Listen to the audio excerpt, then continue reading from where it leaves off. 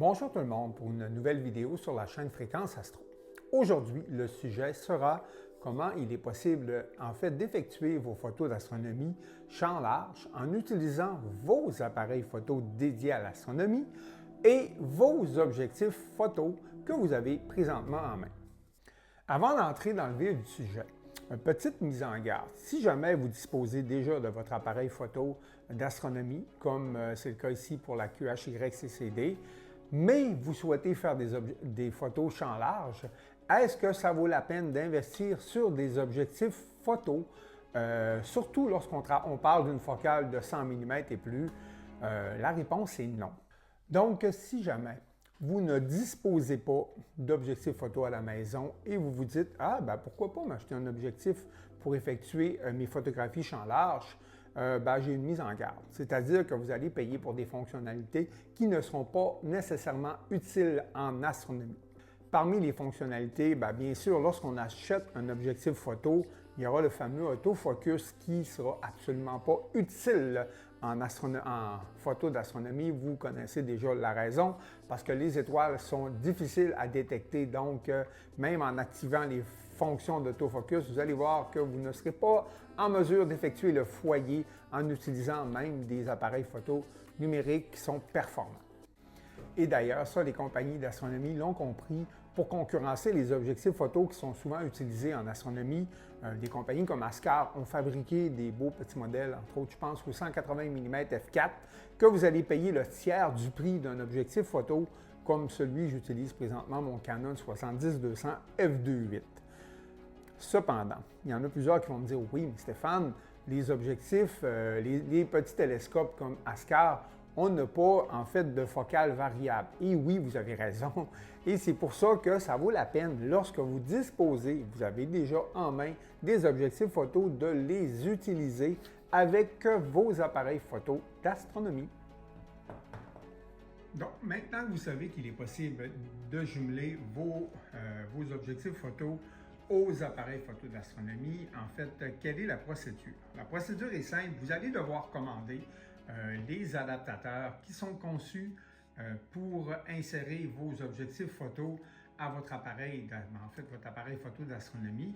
Et ces adaptateurs-là, c'est vraiment important de vérifier si elles sont compatibles. Pourquoi? Parce que comme moi ici, j'ai le modèle 268 couleur de QHYCCD.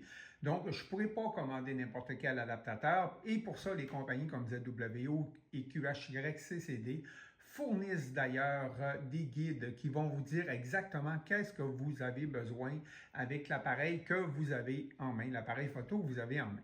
Un coup que vous avez commandé votre kit, il va arriver également avec les barres d'espacement, c'est-à-dire ce qu'on appelle en anglais les spacers, de différentes dimensions.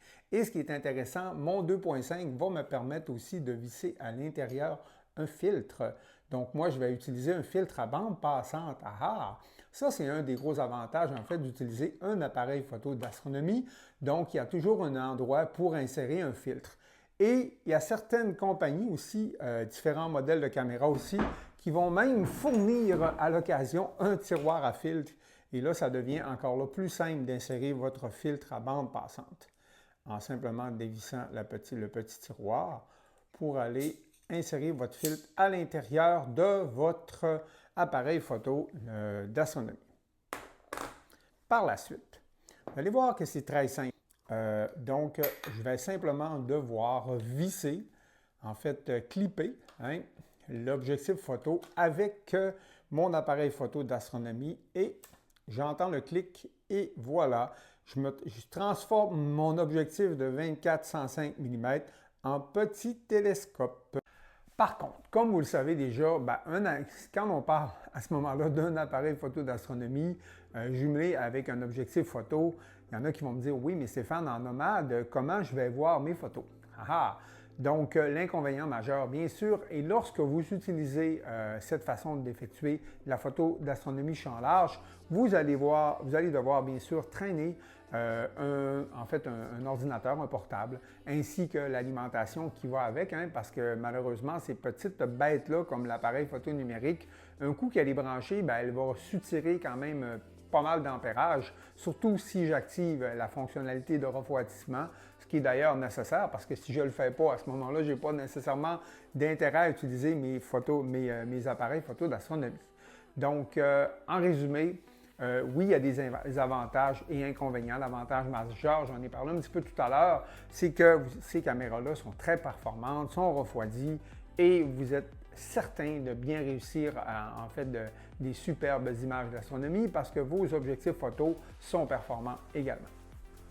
Le principal problème que vous pouvez retrouver si jamais vous souhaitez utiliser vos objectifs photo pour le jumeler à votre appareil photo, c'est qu'il n'y a pas de moyen, en fait, simplement d'insérer ou de capturer votre appareil photo et votre objectif photo sur votre tracker ou même sur une queue d'aronde si vous utilisez une monture équatoriale.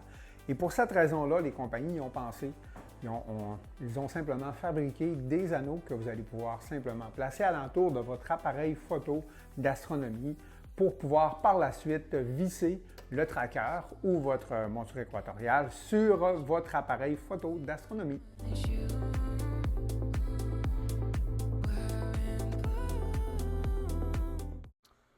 Donc, en gros, je travaille présentement avec, j'ai pas le choix, une batterie marine. On va la voir un petit peu mieux si je l'ouvre ici de cette manière-là. Donc, batterie marine avec un chargeur, un inverteur de 1000 watts. On a ici la caméra QHYCCD munie d'un objectif photo de 70-200 mm Canon embarqué sur le petit Star Tracker. Et ça fait que c'est ça. Donc, si vous voulez faire ce genre de truc-là, puis là, je ne guide pas. Ce qui veut dire que si j'avais voulu guider, il aurait fallu que j'aie en plus la petite lunette de guidage. Là, je ne l'ai pas, aussi simple que ça. C'est ça, en gros, que peut ressembler un kit nomade si je veux faire de la photo d'astronomie en utilisant un appareil, un appareil dédié à l'astronomie, une QHYCCD refroidi. Donc, à quoi ressemblent les résultats? 1 minute de lumière capturée sur NGC 6000 avec les gamma de signes qu'on voit un petit peu en haut. Puis, petit détail, je suis présentement en pleine zone de pollution lumineuse. Donc, il y a de la lumière partout alentour de chez moi. Ça fait que c'est pas évident de travailler dans ces conditions-là. Malgré ça, honnêtement, je suis très impressionné. On a vu dans cette vidéo-là qu'il était possible d'utiliser vos objectifs photo comme petit télescope et les jumeler à vos appareils photo d'astronomie, mais ça demande quand même un petit peu d'attention, c'est-à-dire de commander les bons adaptateurs qui vont pouvoir s'insérer sur les objectifs photo que vous disposez, c'est-à-dire si moi je travaille sur Canon, je vais devoir commander les adaptateurs qui sont dédiés au Canon, même chose pour Nikon ainsi que Sony. Et par la suite, vous allez devoir aussi penser à porter bien sûr un portable, vos logiciels de capture, parce que vous savez que ces appareils photo-là, on ne peut pas utiliser simplement une télécommande. Et même chose, l'alimentation doit se fournir aussi avec quand même une bonne source d'énergie, c'est-à-dire vous allez devoir apporter avec vous des batteries ou bien simplement si vous êtes à la maison, là on n'a plus ce problème-là. Et sur ce, je vous souhaite bonne capture et bon ciel.